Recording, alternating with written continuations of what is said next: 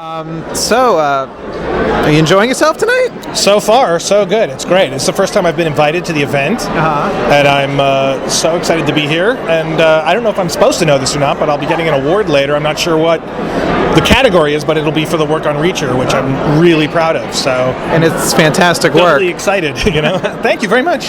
So the score is very kind of old-fashioned, and you and Christopher McQuarrie definitely went for kind of an old-school 70s feel, Dirty Harry type stuff. Yep. How important is it for you guys to be? Was it important for you guys to be reserved during the silent part? Silence was such a key moment, a key ingredient in that score. So how challenging was that to balance score and sound effects? What challenging? I suppose it was.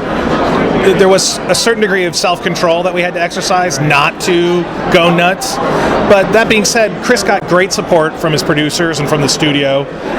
And then because of Chris, I felt completely supported by Tom and Don Granger and Randy at Paramount. So we never had any fights or issues about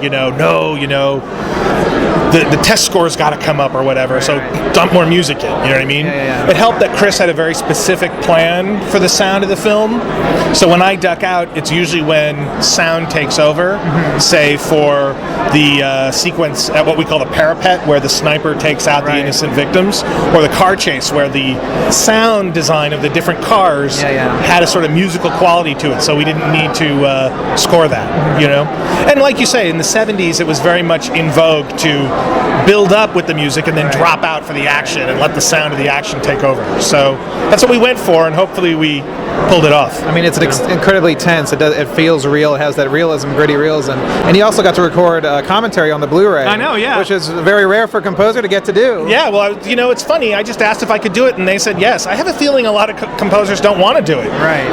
Because that's the only thing I can think of. And then what we did was we put the isolated music, and then in between the spots I talk about the score, and sometimes I overlap a little bit, but I tried to stay out of the way mostly. Right. And I was really lucky too, because Chris and Tom also share their thoughts about the score on their commentary track, which was, and they were way too nice.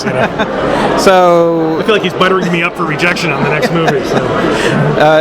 Is a Mission Impossible in the future, maybe? I don't know. I know Tom is signed on for 5, but in the meantime, Chris has announced that he's doing a remake of Ice Station Zebra with Warner Brothers, that he's going to write and direct. I don't know what the calendar is on all these different projects. I know I've talked to Chris just sort of in a fanboy sort of way about Mission Impossible and thoughts, and I don't know if it's out there.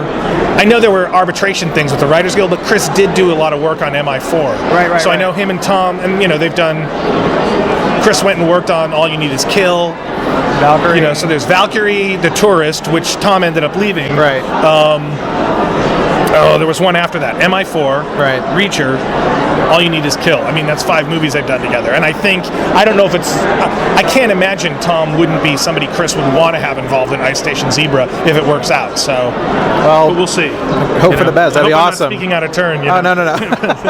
Well, thank you so much, Joe, for your time. And thank you for all your support on the website. Anything I can do, just let me know. Absolutely. Thank you. Okay, great.